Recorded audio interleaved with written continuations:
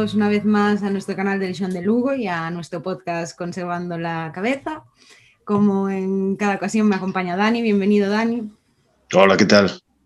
Y hoy también tenemos con nosotros un invitado muy especial. Él es Miguel y él es creador de contenido, es el responsable del canal de Un Señor de Logroño. Y hoy está aquí con nosotros para hablar de un poquito de actualidad y también contarnos sobre su canal, sobre su proyecto y todo esto. Así que bienvenido, Miguel. Muchísimas gracias, es para mí un honor y un privilegio estar aquí con vosotros dos. Bueno, el privilegio es nuestro. Y para empezar, yo quería saber, porque me llama mucho la atención y entonces tengo curiosidad por el nombre de tu canal, ¿no? Un Señor de Logroño. Sí, el nombre de mi canal es que se reduce a que yo soy de Logroño y la expresión Un Señor de Logroño suena bastante a alguien que pasaba por aquí y como lo que hago es básicamente opinar, pues me pareció bastante oportuno, porque me considero más bien un opinólogo que otra cosa.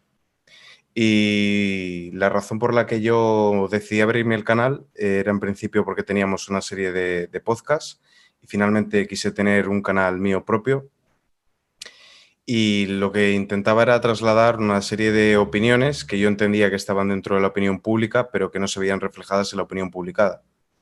Y yo quería dar voz a todas esas personas que tenían una opinión disidente y que no se encontraba en internet ningún vídeo relacionado. Y ahora hay bastantes, están apareciendo bastantes canales de YouTube que hablan de este tipo de cosas. ¿Crees que pues, las nuevas formas de comunicarse y estas nuevas plataformas ayudan a que este tipo de ideas que antes pues, no podían aparecer por esto que se llama los gatekeepers, pues crees que se están proliferando, están dándose a conocer más gracias a Internet y el resto y este tipo de plataformas? Sí, yo entiendo que los medios de comunicación en España eran un oligopolio que dependía directamente del Estado. Buena parte de los medios directamente son públicos y el resto pues, son subvencionados o cuentan con algún tipo de favor por parte del Estado. Entonces, la opinión estaba totalmente monopolizada y ahora gracias a Internet se ha pluralizado bastante. Sí que es cierto que cada vez hay más personas que se lanzan a redes sociales con mayor o menor éxito y que vamos viendo que hay más apertura. Sí es cierto también que las redes de comunicación, concretamente la plataforma en la que ahora mismo estamos, pues funciona como un oligopolio. Entonces, tampoco permiten del todo que se visibilicen determinadas posturas. Eso sí que es un pequeño problema que nos hemos ido enfrentando recientemente. Pues existe la empresa Neutral de Ana Pastor, la mujer de Ferreras, que se encarga de verificar contenido, de eliminar lo que se pueda considerar vagamente un bulo o algo que incita al odio, y eso es algo que hay que sortear. Supone un desafío para los próximos años, pero sí que entiendo que las opiniones pues ahora se han democratizado y en ese aspecto sí que veo que cada vez hay más personas y más opiniones diferentes en las redes sociales. Y en general, ¿cuáles son los temas que os gusta tratar en vuestro canal? Para todos aquellos que no lo conocen y que recomendamos que se suscriban. Yo me tiendo a considerar de derecha vieja, paleolibertario. Entonces, esas son las ideas que trato de defender, pero también es cierto que mi canal está más orientado a comentar la actualidad política. Yo creo que también ha sido una adaptación al mercado. Veía que tenía más repercusión y eso también ha ido influyendo en que lo que hago vaya más dirigido en esa dirección. Intento que la gente deje de concebir que es necesario que exista un Estado paternalista que se encargue de cubrir las necesidades de las personas, que haya más responsabilidad individual y que se planteen temas de debate que se habían dado por superados. Por ejemplo, la Ley Integral de Violencia de Género a mí me parece una aberración jurídica, pero se había dado por superado. Intento que eso sea algo que se plantee de nuevo. El tema del aborto también era algo que estaba más que aceptado. Intento que se vuelva a abrir ese debate, porque en Argentina, por ejemplo, sí que es cierto que era un debate que estaba a flor de piel, que se trataba día a día, pero aquí llevábamos mucho tiempo con él. Era una cuestión que se había normalizado e intento que la gente se replantee el hecho de que se está acabando con una vida, que se barajen otras posibilidades. También otra cuestión, el libre porte de armas, que es algo que parece inconcebible dentro de nuestra cultura. He conseguido que haya personas que lo vean con mejores ojos y poco a poco yo creo que es ir dando la batalla en esas pequeñas cositas para que la gente vaya acercándose a las ideas que yo considero que son mejores, pero que puedo estar también equivocado, por supuesto. Por supuesto. ¿Y tú qué ideas o qué aspectos, por ejemplo, qué crees que llama más a la gente? O desde tu experiencia, por supuesto, de tu canal, que la trae más desde la perspectiva política, desde asuntos de economía, temas sociales, porque bueno, yo creo que, por ejemplo, una de las cosas que lleva a mucha gente a aceptar principios socialistas son actitudes más emocionales que lógicas. Entonces, tú ¿por qué caminos has llegado más a la gente desde tu experiencia, Miguel? Yo entiendo que la batalla se estaba dando en la cultura. Yo creo que la izquierda se dio cuenta de que el obrero no le servía como un sujeto revolucionario y fue cuando reciclaron su discurso, la figura de Antonio Gramsci, la escuela de Frankfurt, etcétera, y comenzaron a hablar en una dialéctica pues, de estos, sí que seguía siendo marxista, pero de estos colectivos supuestamente oprimidos, como podían ser las mujeres, como podían ser los blancos contra lo que ellos consideran racializados, que ahí engloban todo lo que no es de origen europeo, también heteros contra otros grupos. Y eso es algo que a la gente le llama mucho la atención, porque al fin de cuentas el ser humano es tribalista. Y muchas personas que estaban dentro de ese grupo de privilegiados, de opresores, ese grupo que sería el antipueblo, los malos, que realmente pues, son personas que tienen otros problemas, que no les interesa esto, cuyos problemas es llegar a fin de mes, que no los expolien con impuestos, pues no se ven reflejados en ese discurso y cuando tú atacas a estas ideas, pues simpatizan contigo porque al final causa un hartazgo dentro de la población que se les señale y se les estigmatice y que se les denomine opresores o privilegiados cuando evidentemente no lo son. Entonces, esos son los temas que yo creo que cuentan con más aceptación cuando los trato. Y entonces también es algo que al final hay una reciprocidad. Cuando tú ves que de lo que hablas cuenta con aceptación y que llega mucha gente, tú te sientes mejor hablando de ello. Entonces se retroalimenta. Al final vas guiando también un poco tu contenido a lo que ves que cuenta con más, ¿cómo lo diría yo? Con más aprobación, se podría decir. Y en relación con cuestiones así de actualidad, sobre todo lo que se refiere a política española, ahora va a haber dentro de poco pues elecciones en la Comunidad de Madrid y pues pueden ser unas elecciones relativamente importantes porque pueden tener también connotaciones importantes para el futuro de algunos partidos. Entonces, ¿cómo ves tú estas elecciones y si consideras que pueden tener algún tipo de repercusión importante para el futuro?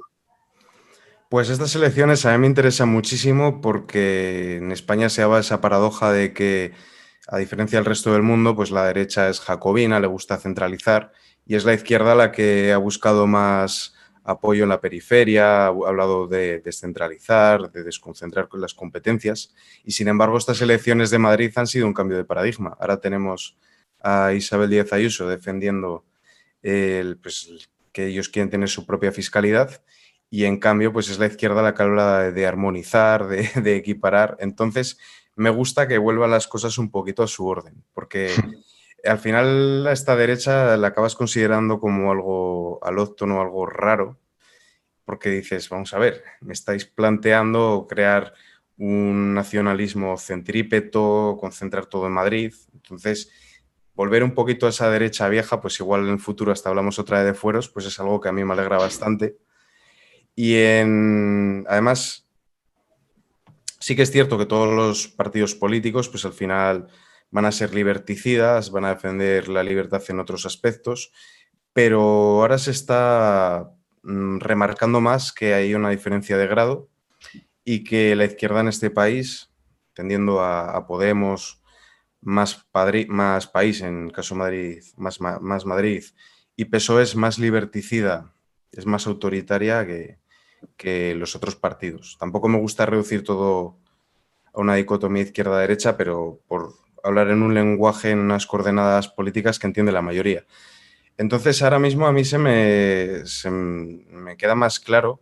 Sí es cierto que yo creo que hay muchísimas carencias, tanto en PP como en Vox, pero ahora mismo veo una diferencia abismal y para mí es importante que en la Comunidad de Madrid continúe Isabel Díaz Ayuso con el apoyo, imagino, de Rocío Monasterio, tal y como están ahora mismo las encuestas, y evitar que la izquierda entre a tomar el control de la Comunidad de Madrid.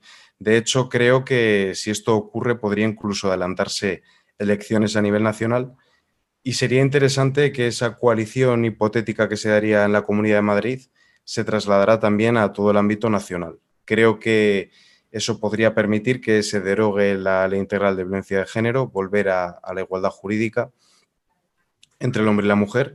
Y también me parecería interesante que el programa económico que lleva ahora Vox se llegara a aplicar, porque me parece de los de los que plantean más libertad de mercado de todos los que ha habido hasta la fecha, porque el Partido Popular a nivel nacional ha sido bastante continuista con el Partido Socialista, nos hablaban de bajar los impuestos, no lo hicieron con mayoría absoluta.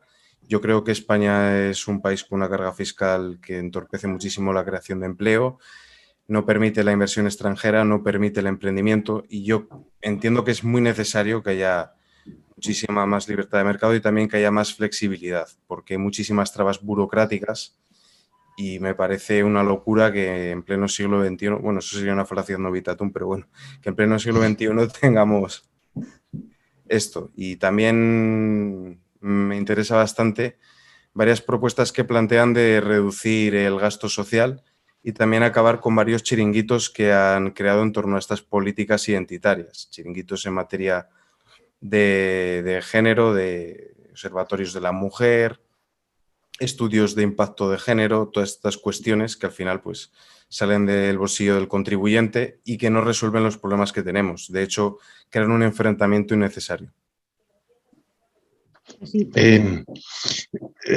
Pues es interesante lo que hablas de eso, porque es verdad que, por ejemplo, los partidos nacionalistas criticaron mucho la política fiscal en Madrid, incluso hablando de paraíso fiscal e incluso reclamaron armonización fiscal, que también tiene narices porque dices, vaya hombre, pues, precisamente no deberíais ser vosotros los que reclaman este tipo de medidas. Y era un poco contradictorio. A mí también es cierto que a veces tiende a molestarme, sobre todo desde el punto de vista mediático, que a veces las elecciones en Madrid o las decisiones que se adoptan en Madrid se tienden a analizar como si fuera la perspectiva del conjunto del conjunto de España, cuando realmente hay que analizar cada sitio con unas variables propias, porque no es lo mismo, evidentemente, ni el sistema de partidos ni las dinámicas políticas de Galicia o de Cataluña o del País Vasco o de otros sitios, Valencia o Andalucía, que las de Madrid, y eso sí que me parece un error a veces. Posiblemente porque gran parte de los periodistas pues se reúnen o se concentran allí, y también porque gran parte de la actividad política pues, se concentra allí. Pero luego otra cosa que me parece interesante, es verdad que vamos asistiendo progresivamente, después de la crisis financiera, hubo partidos, como fundamentalmente Podemos, Ciudadanos, más tarde Vox, que pudieron acceder a la representación parlamentaria y fue algo novedoso o relativamente novedoso en el sistema de partidos español, puesto que no existía tal fragmentación política prácticamente desde los inicios de la democracia, y esto podía parecer que se iba a producir una revolución en el sistema de partidos. Incluso se habló a veces de la posibilidad de que se diese un sorpaso tanto por la izquierda, ahora a veces se habla por la derecha, de Vox al PP, antes se hablaba de Podemos al PSOE. Sin embargo, yo veo que se está produciendo, ese es mi análisis, por supuesto, igual me equivoco completamente y pasa todo lo contrario, pero yo veo que se está produciendo como una vuelta a una situación previa, lentamente y con dificultades, porque se puede comprobar como, por ejemplo, Podemos va perdiendo progresivamente apoyo electoral, tanto en las elecciones generales como en las diversas elecciones autonómicas, y Ciudadanos está en una situación extremadamente grave en la que puede llegar incluso, está en riesgo de desaparecer, entre otras cosas, por los propios errores de ambos partidos, y entre otras cosas también una influencia, sobre todo para las elecciones generales, del sistema electoral que tiende a favorecer a los grandes partidos. Por lo tanto, yo creo que puede haber, sobre todo si en estas elecciones se manifiesta ese tipo de procesos y se ve, por ejemplo, que tanto Podemos como Ciudadanos sufren o obtienen malos resultados, creo que se puede llegar a reducir o a debilitar seriamente este tipo de partidos y que se vuelva a fortalecer el bipartidismo tradicional de PP y de PSOE. Y por eso me gustaría preguntar cuál es tu punto de vista sobre este tipo de cuestiones, si tienes una opinión similar o si estás en desacuerdo. En el caso de Podemos sí que comparto tu lectura. Yo creo que Podemos creció muchísimo valiéndose de aquel fenómeno 15M de aquellos indignados. Lo que pasa es que luego el personalismo de Pablo Iglesias ha ido minando la credibilidad de ese partido. Eso va a favorecer al PSOE porque va a acabar fagocitando al voto de izquierda y además en muchas provincias, siendo esa la circunscripción electoral, la división del voto entre PSOE y Podemos lo que hacía era que algún escaño pues, fuese a parar al Partido Popular. En el caso de Ciudadanos, sí, ha desaparecido. También creo que no queda demasiado espacio para el centro, porque si bien la mayor parte de los españoles podríamos catalogarlos de socialdemócratas, pues igual por un fenómeno de juliganismo, pues acaban ascribiendo a la izquierda o a la derecha, acaban siguiendo estos partidos, pues es un mero fanatismo. Y se ha ido produciendo progresivamente un clima de enfrentamiento, de polarización y de guerra civilismo. Yo creo que esto inicia bastante con la política de memoria histórica de José Luis Rodríguez Zapatero, que reabre las heridas de una guerra que ya estaban cerradas. Entonces sí que creo que el Partido Socialista se va a fortalecer, pero en el caso del Partido Popular no lo tengo yo tan claro, porque en materia social el Partido Popular estaba siendo bastante continuista de las políticas que iba aplicando el Partido Socialista y se acaba haciendo eco de las mismas. Hemos visto al Partido Popular reivindicando el feminismo, lo hemos visto defendiendo también el matrimonio gay, que era algo a lo que en principio se opusieron.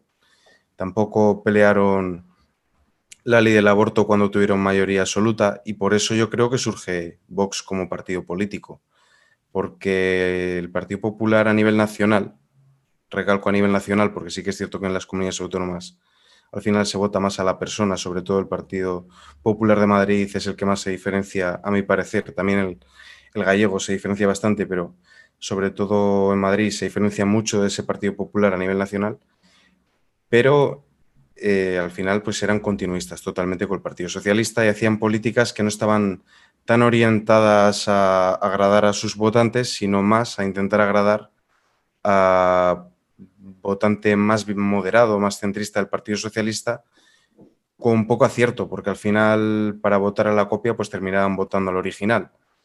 Entonces, yo no creo que Vox vaya a haber menguado su poder a nivel nacional a corto plazo, aunque sí que es cierto que a nivel autonómico y a nivel provincial y también en los municipios no cuenta con figuras carismáticas o figuras relevantes y cuanto más pequeño es la circunscripción a la que votas, pues más votas a la persona y en ese aspecto creo que las figuras de Almeida y de Isabel Díaz Ayuso son muy carismáticas, así que no prevé un buen resultado de Vox en la Comunidad de Madrid.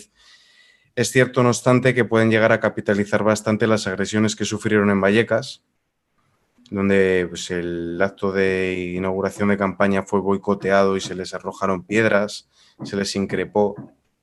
Entonces eso sí que creo que puede jugar bastante a favor de ellos y que le pueden sacar una rentabilidad. Ahora, no creo yo que un sorpaso es imposible en la Comunidad de Madrid.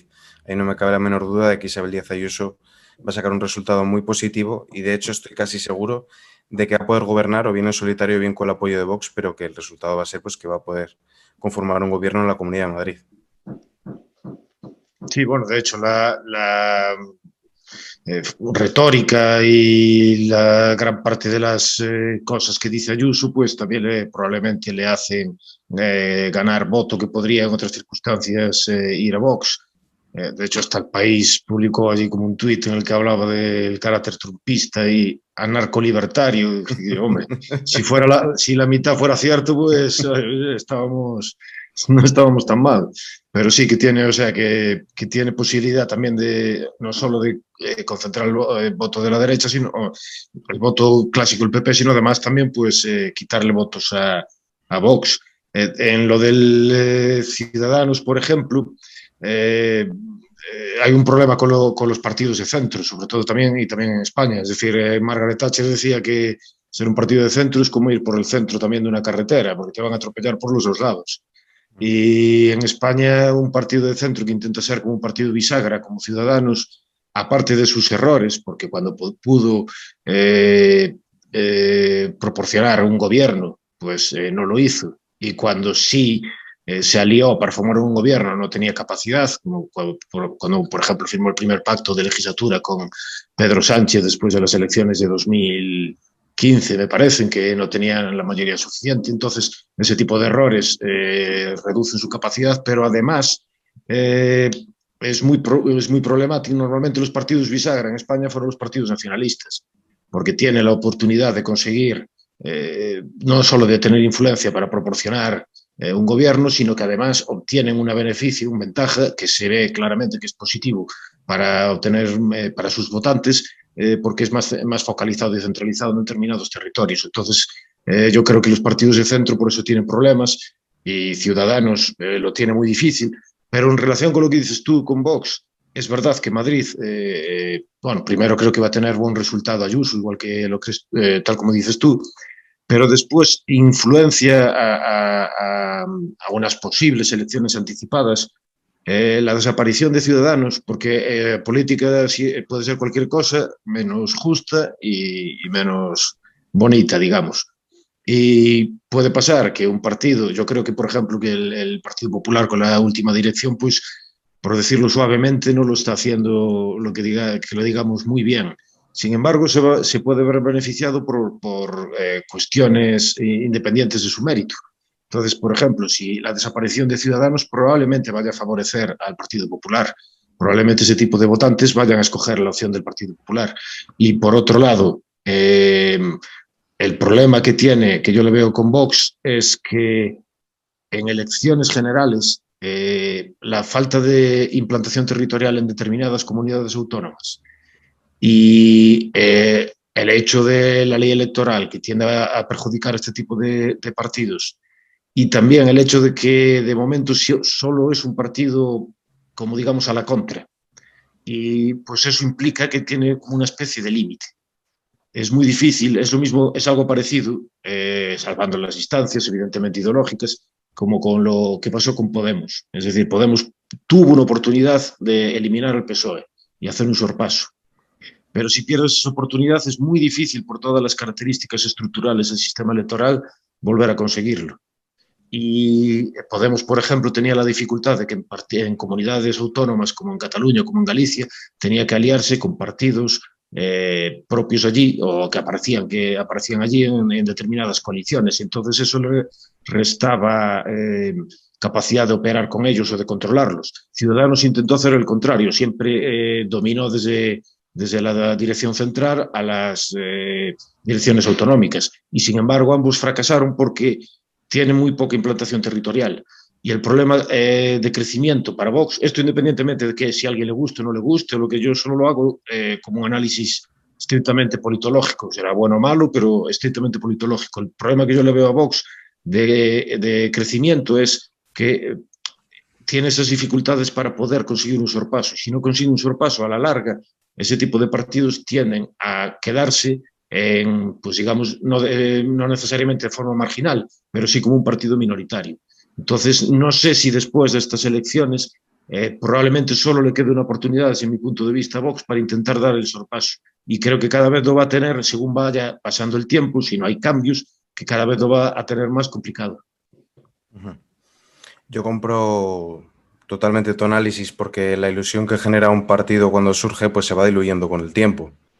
Al final, evidentemente los partidos surgen para alcanzar el poder, pero en el caso concreto de Ciudadanos, cuando la excusa que dan para crear el partido era pues ocupar ese espacio que el PSC no estaba llenando, que era todas esas personas que no simpatizaban con el fenómeno independentista que no querían mantenerse en esa equidistancia y que querían pues marcarse dentro del proyecto de Estado español.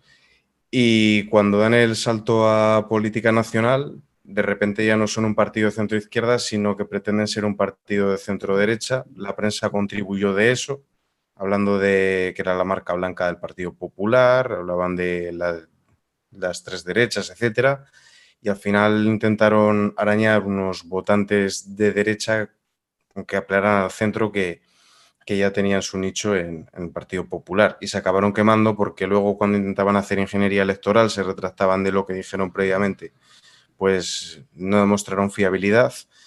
Luego también que desaparezca Albert Rivera y que ocupe su espacio en esas rimadas, pues hace que no se vea un líder fuerte, un líder con cierto carisma al que seguir, y eso lo que ha hecho ha sido que se deshinche. Lo mismo hemos visto con Podemos, y Vox podría acabar pues teniendo el mismo problema si no consiguen plantearse como el voto útil de derecha. Y el Partido Popular todavía le queda cierto crédito para seguir planteándose como voto útil si Vox no consigue adelantarle en algunas comunidades. Pero de todas formas, yo entiendo que el votante, vamos a decir, de derecha está bastante descontento con el Partido Popular. Los medios de comunicación han creado, bueno, los medios de comunicación y también el Partido Socialista, que es mucho más beligerante que el Partido Popular. El Partido Popular generalmente se limita a hablar de los logros económicos que en teoría han tenido, porque al final el empleo lo crean los empresarios, no lo crean los partidos, y le dejan todo el resto del discurso al Partido Socialista. Entonces, en el imaginario popular, el Partido Popular a nivel nacional sobre todo, no tanto pues en las comunidades donde al final votas a la persona, pero es una marca que está bastante quemada y Vox puede hacer bastante daño por ahí, intentando hacer lo que hizo en su día Podemos, que hablaba de PP-PSOE, que intentaba equipar al PSOE con PP, diciendo que no defendían a los obreros. Vox podría intentar hacer lo mismo, pero apelando a su electorado, y efectivamente si no logran hacerlo se irá deshinchando. Y también se podría entender que seguimos dentro de un fenómeno de bipartidismo porque al final las coaliciones con la desaparición de Ciudadanos están muy claras. O sea que al final no hablaríamos de un bipartidismo de un único partido, pero sí hablaríamos de dos bloques de partidos que están enfrentados y que no cabe ningún tipo de movimiento, ningún tipo de alianza diferente. Porque a mí me cuesta mucho creer, aunque hay analistas que hablen de esto, que haya alguna coalición entre PP y PSOE. De hecho, creo que en la historia de la democracia el único caso parecido fue cuando fue Patxi López lehendakari en País Vasco, pero no ha habido ningún caso similar. Y desde luego no creo que eso ocurra a nivel nacional. No, no tiene sentido. Es una alianza muy específica con unas características peculiares y en relación con el fenómeno del terrorismo. Pero no se puede... Eso era algo que decía mucho, por ejemplo, JJ Benítez, donde se pasó un montón de tiempo reclamando esa coalición, pero es una coalición que no... Yo tampoco le veo no tiene el más mínimo sentido en un sistema político como el español, en el que se establece el clivaje, un clivaje tradicional, es el de izquierda a derecha y no... Ninguno de los votantes de ninguno de los dos partidos vería semejante cosa. Entonces es verdad que muy probablemente con la desaparición de Ciudadanos es bien las únicas posibilidades que hay son las de esos dos bloques. Lo que pasa es que es igual que cuando se producen ese tipo de coaliciones generalmente, y sobre todo si llegan al gobierno, el partido que está en el gobierno tiende a ser el que reciba los beneficios y el partido más grande, y el partido más pequeño es el que recibe, se lleva más o menos las pérdidas, es decir, uno acumula las ganancias y se reparten las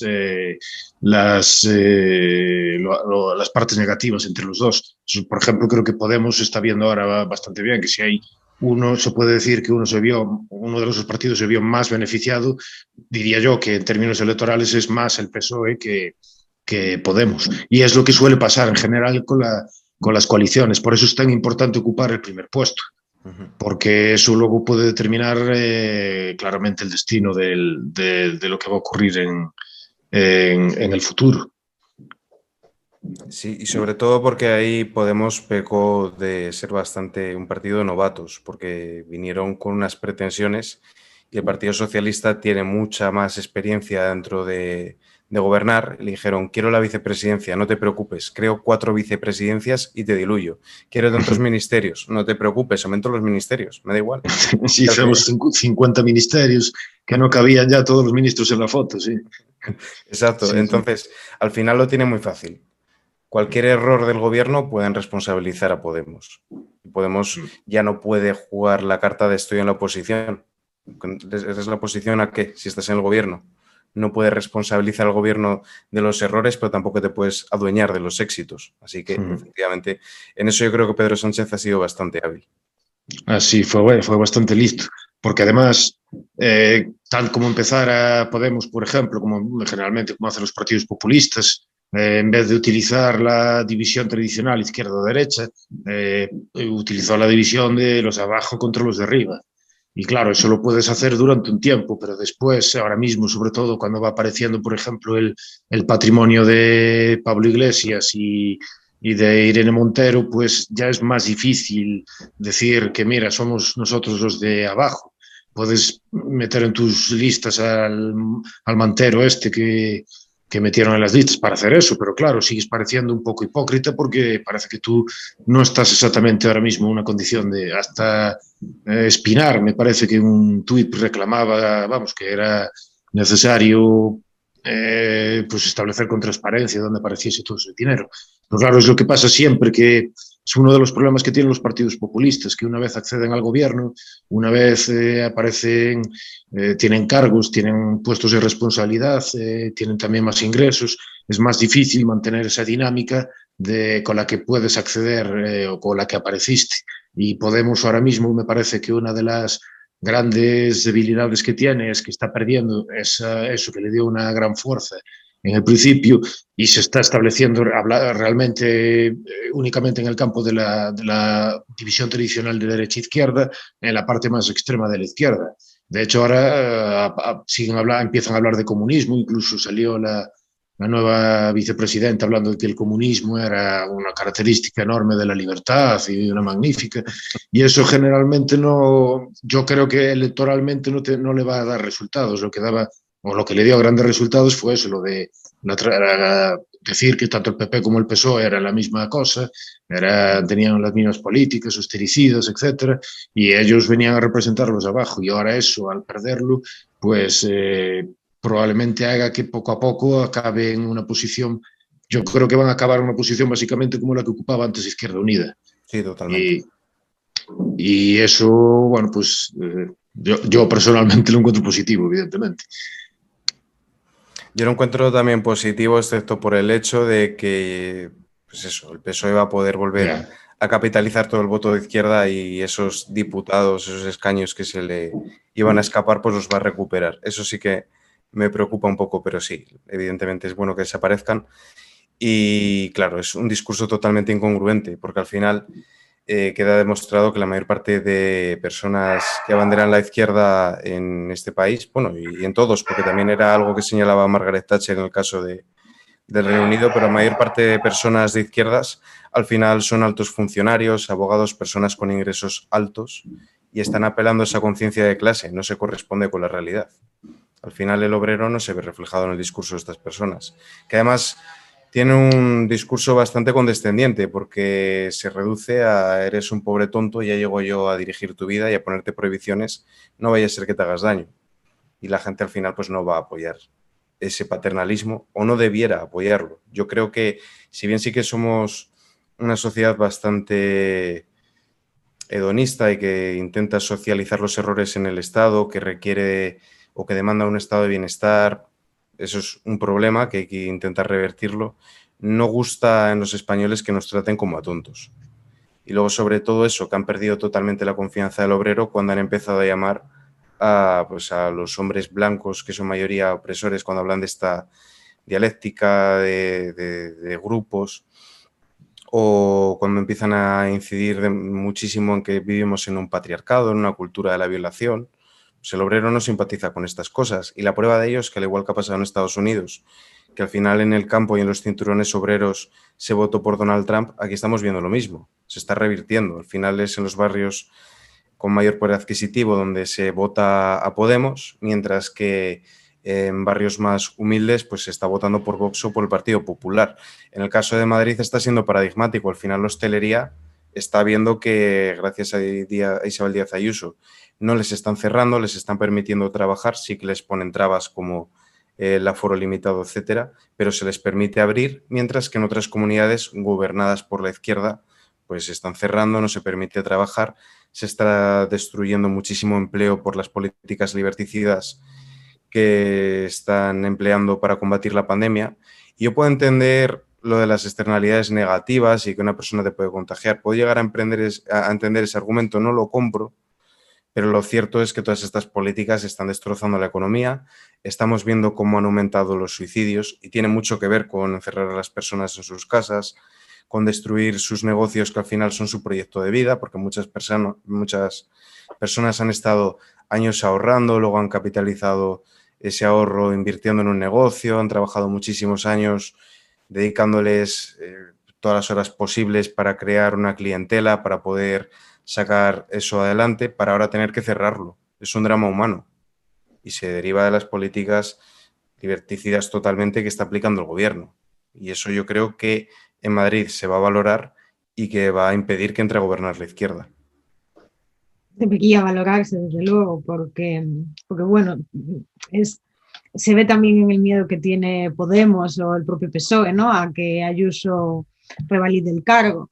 Está claro que, bueno, la connotación que tiene ahora mismo Madrid es que precisamente como no se aplican las mismas políticas centralistas a toda España, hay ese poder comparar y la gente se enfada, ¿no? Porque yo, por ejemplo, como gallega, Feijóo llegó la última vez al poder reivindicando lo que tú mencionabas antes, un PP más separado del PP español, un PP gallego, ¿no?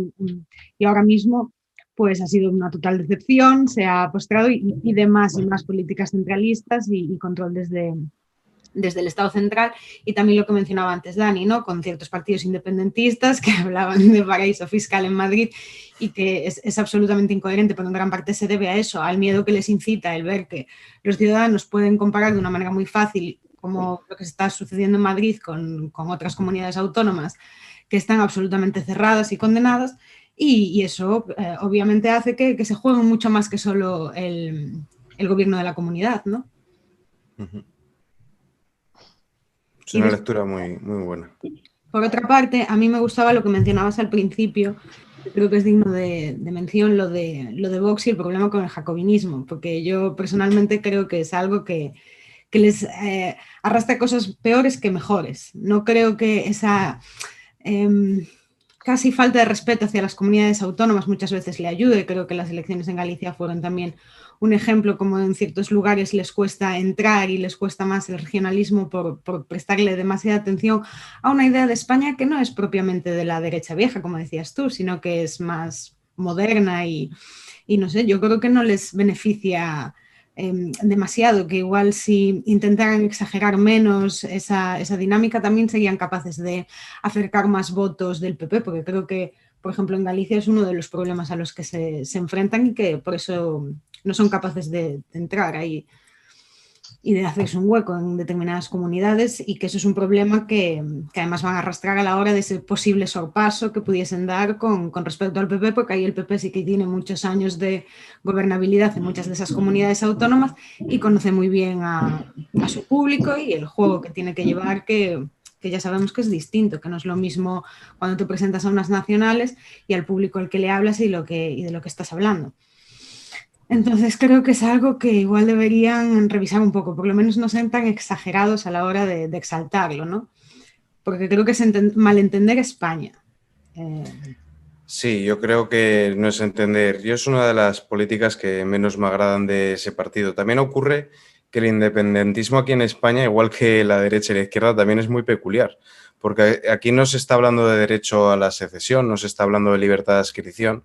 Aquí lo que quieren es secesionar un territorio que se corresponde con lo que ellos entienden que es una nación, y no se está hablando de, oye, yo no estoy de acuerdo con la fiscalidad o yo quiero tener soberanía o el motivo que sea, vamos a independizarnos y vamos a crear nuestro propio Estado. No, ellos hablan de que por motivos históricos o por lo que sea, reclaman una serie de territorios. En el caso del catalán, pues sería Cataluña, Baleares y la Comunidad Valenciana, con independencia de qué es lo que quiera la gente. No estamos hablando de otros fenómenos independentistas que ha habido en otras partes del mundo. Simplemente crear un nuevo Estado-nación, también jacobino. De hecho, en la Declaración Unilateral de Independencia de Cataluña, pues iba aparejado el borrador de lo que iba a ser la Constitución de ese nuevo Estado, y era todavía más centralista y era todavía más intervencionista y le concedía todavía más poderes a Puigdemont de lo que podía tener en aquel momento Mariano Rajoy.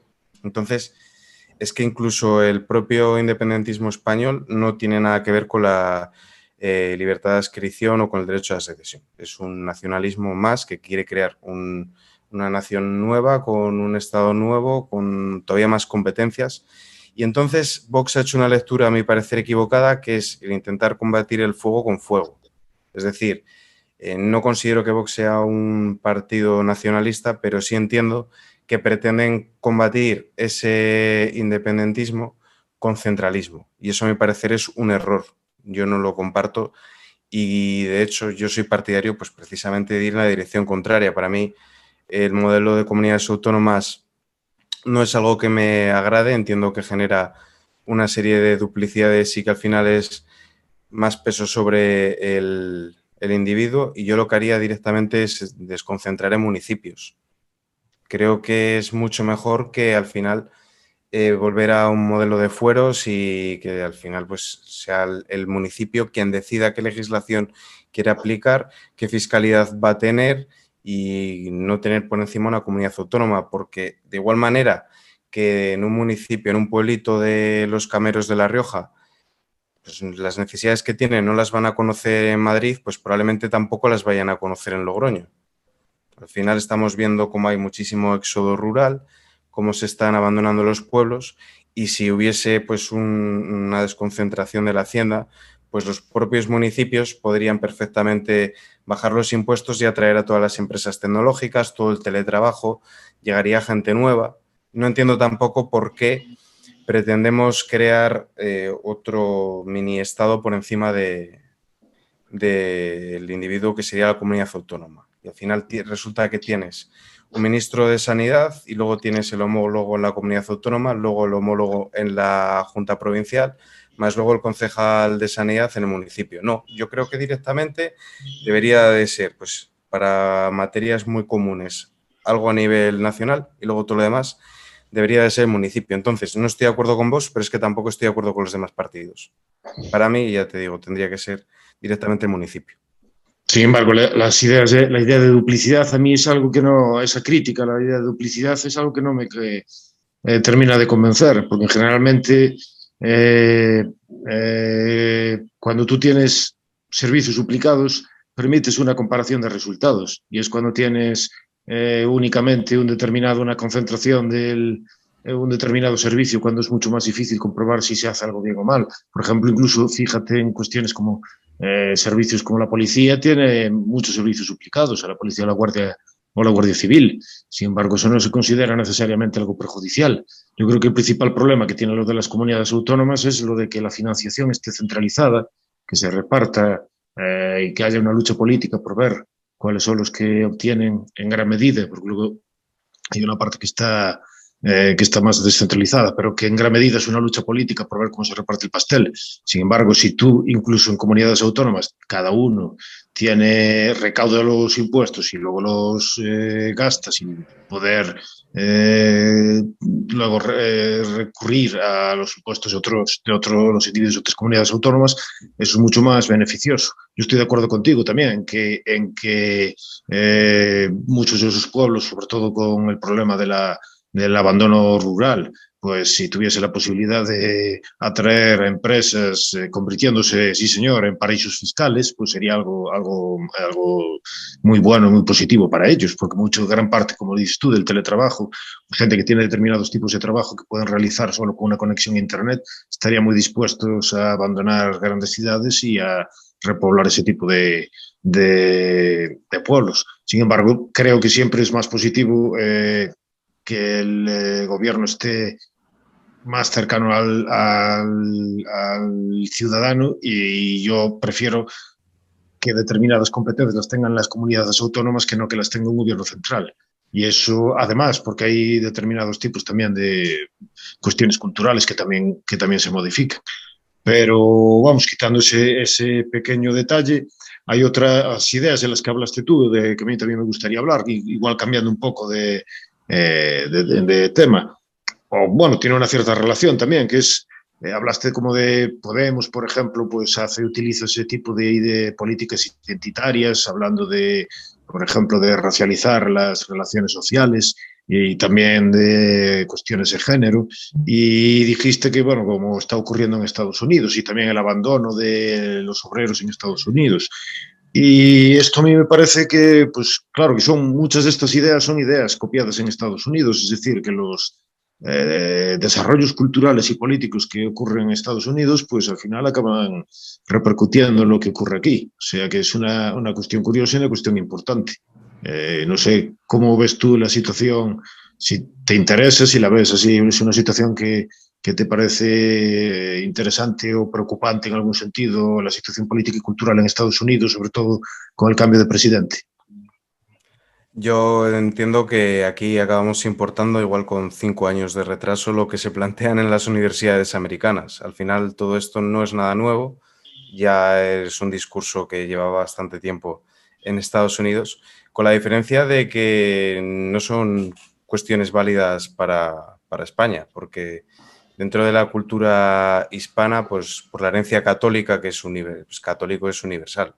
Nosotros no hacíamos esa segregación de razas que hacen en el mundo anglosajón, no concebíamos así el mundo, entonces me parece bastante absurdo intentar importar ese modelo porque son problemas con los que no contábamos aquí. De hecho, dentro del mundo hispano, pues hemos tenido también mujeres muy relevantes. En el caso de España también, al final, la economía doméstica la gestionaba la mujer en la mayor parte de territorios. No era una cultura patriarcal. Entonces, traer todas estas ideas, pues yo creo que generan más problemas de los que pretenden arreglar, porque están pensadas para un contexto cultural diferente al nuestro. Pero se ve que pues, les da cierto rédito electoral porque entiendo que si no, no lo harían. Al final un partido político necesita marketing. Funciona en ese aspecto como una empresa, solo que en vez de intentar atraer clientes, intentan atraer votantes. Si lo hacen, será por algo, pero desde luego a mi parecer es un error y habla bastante de cómo la, vamos a decir, élite intelectual de izquierdas pues está bastante desconectada de la realidad del ciudadano. Bueno, ciudadano es una palabra que tampoco me agrada, el individuo de a pie, porque ellos de alguna manera viven en una especie de cámara de eco, leen a los autores y replican ese discurso, al final tienen ideas parecidas y el debate que tienen no es el debate que estamos teniendo nosotros, con lo cual conectar luego con la gente esas ideas, pues sí lo hacen, pero para todas esas personas del ámbito universitario que están todo el tiempo leyendo sobre ello, que incluso se podría decir que están adoctrinadas por la educación pública o que siguen muy de cerca esos debates que se dan en la televisión, pero tampoco creo que termine calando precisamente porque en nuestra cultura no tenemos esos problemas. Desde luego no los hemos tenido, no tenemos nada que ver con eso. Sí, es verdad. De hecho, cuando se intenta hacer a veces trasladar como problemas, eso, hablando del racismo en España, como si fuera una cosa prácticamente idéntica a lo de Estados Unidos, sin tener en cuenta la total diferencia cultural e histórica, pues resulta incluso un poco absurdo y queda un poco ridículo. Pero en parte también parece que es como una consecuencia de que en ciertas élites tienen como una mentalidad así más cosmopolita, por ejemplo, determinadas élites intelectuales, empresariales, o las grandes empresas tecnológicas, pues tienen una mentalidad que parece que está bastante alejada de lo que es la gente común y corriente, vamos, lo que es gente que tiene trabajo, una familia y tiene que pagar facturas y cosas así, y tiene más bien como un punto de vista así un poco alejado de esa realidad y pretende también como imponer, como dirigir desde arriba cómo debe ser la vida para ese tipo de personas que supuestamente parece que no saben vivir por ellas mismas. Y puede ser que gran parte de estas ideas, incluso ideas de las que ahora se está hablando, como por ejemplo esto del gran reinicio y de esas ideas que se defienden por allí en el foro de Davos y cosas similares, pues puede ser que en parte tengan una influencia de este tipo de élite cultural que es básicamente así, pues muy cosmopolita. Y de hecho en Estados Unidos parece ser que una gran reacción en parte fue precisamente a esto. Muchos de los votantes de Trump se resistían a eso, ser catalogados simplemente como idiotas, racistas o gente despreciable, deplorables, como les llamó Hillary Clinton.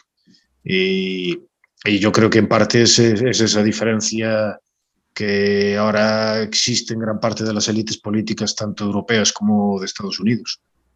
Sí, y yo creo que también parte del motivo por el que se importan esas ideas es porque, bueno, al final la izquierda moderna, como buena heredera o hija de su padre, pues necesita una lucha que si no es de clases es de otra clase, pero, o sea, de otro tipo, pero enfrentar siempre a dos opuestos, como en el caso, pues esto del hombre y la mujer, las desigualdades, ¿no? O ahora también con el tema de los hetero y los homos y los LGTBQ y tal, bueno, pues es una forma de, antes también lo mencionabas tú, el tema de que, bueno, de que al obrero ya no, el obrero le cuesta mucho comprar ese discurso, entonces hay que cambiar eh, para adaptarse a los nuevos tiempos y tener algo por lo que la gente se enfade y busque al Estado y busque el paternalismo forzado y demás y demás. Entonces creo que es el mejor argumento para traerse todas esas ideas que, aunque absurdas, como decís, porque mucho no se pueden aplicar aquí porque la historia es completamente distinta en ambos sitios, siguen haciendo ese esfuerzo por traerlas, meterlas en las universidades y que vayan calando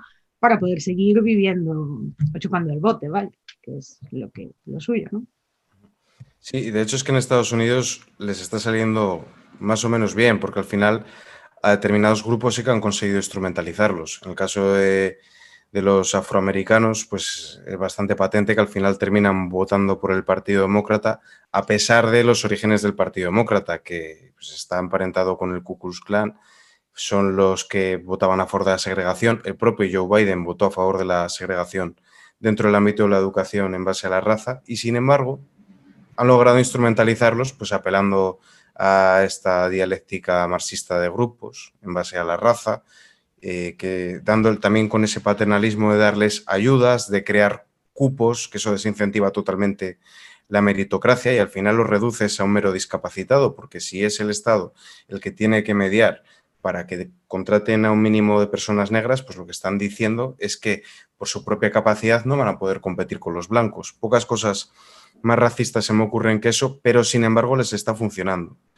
Y entonces yo entiendo que, igual por el aumento de estos grupos, por la inmigración o lo que sea, la izquierda intenta replicar ese éxito que ha tenido el Partido Demócrata aquí, lo que yo creo que no les va a servir, porque como comentábamos, pues en un país católico donde no hemos tenido esa segregación, donde no ha habido esas castas, esa separación, ese supremacismo, pues sinceramente no creo que llegue a ocurrir, porque en el caso de España el rechazo sería más por el hecho de si son o no extranjeros, igual por la religión, pero por la raza no creo yo que exista discriminación. Al margen de que yo no veo la discriminación como algo necesariamente malo, porque al final es una decisión individual. Si es violencia motivada por la raza, sí que lo veo como algo que debe castigarse, pero discriminar o no, pues al final es tu libertad de asociarte con quien creas conveniente, pero aun con todo, es que en el caso de España no creo yo que haya racismo, o por lo menos si lo hay es muy minoritario. Sí, sí, culturalmente es una cosa completamente diferente. De hecho, los clivajes políticos en general, pues incluso es muy difícil también que parezca un partido que, es decir, Vox, por ejemplo, habla de la inmigración ilegal, pero generalmente no lo hace de una forma racial, no lo hace de una forma étnica, como se podría hacer en otro tipo de sitios. Más bien es por eso, por la ilegalidad y por las consecuencias sociales que se pueden derivar. Luego, independientemente de lo que piense uno sobre si está bien o no está bien las medidas. Yo lo que veo de mala crítica es que normalmente, pero bueno, es lo mismo que cuando se hace con la palabra fascismo, que se utiliza para cualquiera. Por eso ahora mismo prácticamente eso como insulto ya no vale para nada, porque si tú antes decías que los del PP eran fascistas y los de Ciudadanos son fascistas, Vox son fascistas, si todos son fascistas, al final nos acabas quitando un poco de la utilidad retórica a ese tipo de insultos. Y me parece que era un error también cuando se hablaba de eso, cuando se quiere criticar, incluso si alguien lo quiere criticar, ese tipo de medidas, puede criticarlo apelando a cosas que realmente se dan, pero realmente no eran con...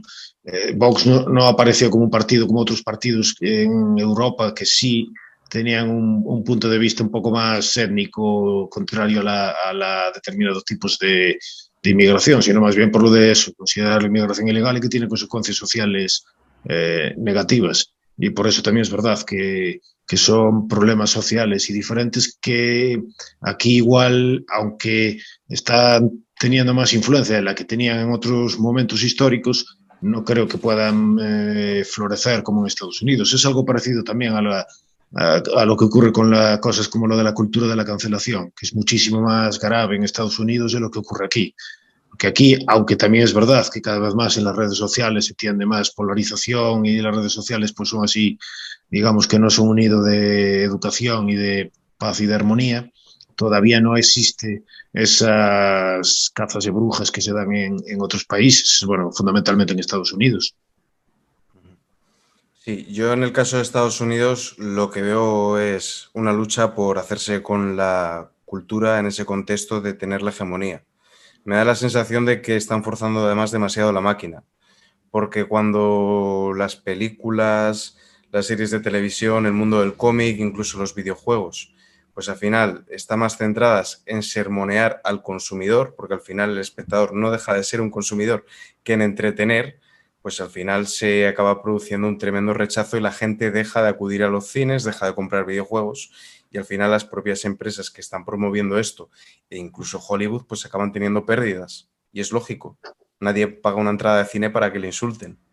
Entonces, No, eso es lógico. Lo que yo no entiendo es que sea lógico por parte de las empresas, porque en gran número de situaciones parece que se están pegando un tiro en el pie.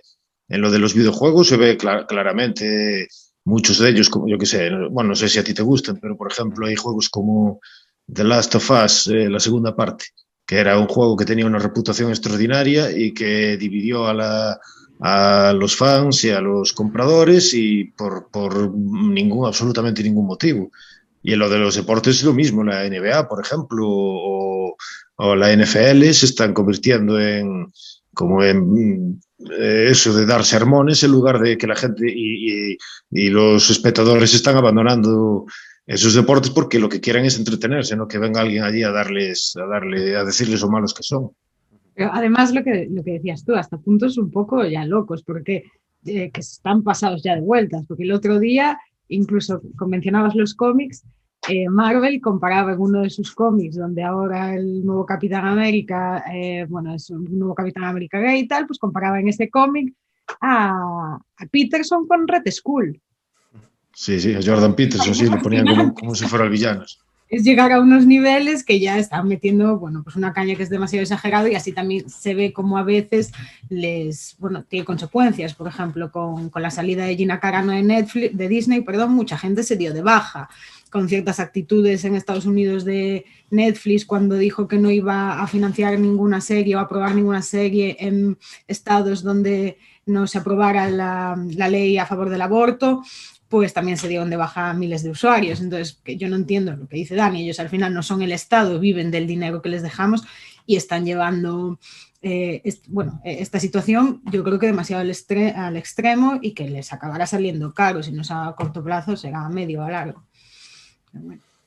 Yo la única explicación factible que veo es que la mayor parte de empresas que producen estos cómics, como Marvel o como DC, la mayor parte de las distribuidoras de videojuegos, por no hablar del cine, pues son empresas que están muy consolidadas y que de alguna manera entienden que con el advenimiento de las nuevas tecnologías cada vez va a ser más fácil desarrollar con pocos presupuestos una película, un cómic, un videojuego y que pretenden de esta manera pues guiar a las personas a votar al Partido Demócrata a sabiendas de que va a subir los impuestos porque se pueden permitir pagar un poquito más y por el camino tener un partido que meta 40.000 trabas burocráticas, que suba mucho los impuestos y que dificulte enormemente que se pueda emprender y que se pueda competir con ellos para poder monopolizar y poder subir tranquilamente luego el precio de sus productos. Es la única explicación lógica que podría encontrar, porque si no yo tampoco lo entiendo, porque efectivamente es meterse un tiro en el pie. No veo otra razón. No, eso que bueno, puede pasar también que muchos realmente estén convencidos, por ejemplo, guionistas y creadores, sobre todo aquellos que vienen de las universidades de primer nivel, como de la Ivy League, normalmente sí que están muy influidos por ese tipo de ideas. Entonces, en parte también puede ser que algunos, pues la cultura que también se transmite, la cultura que se hace sobre todo en las costas, en las grandes ciudades de Estados Unidos, está muy influida por ese tipo de ideas izquierdistas, pero luego como estrategia económica es una estrategia bastante absurda. Incluso pues se ve claramente la NBA o en la NFL perdieron muchísimos millones y millones de ratings y los cómics están prácticamente muertos. Ya casi nadie los compra. De hecho, ahora se venden cómics digitales, pero se venden a precio de saldo. Puedes obtener muchísimos. No hay una gran demanda de este tipo de cómics.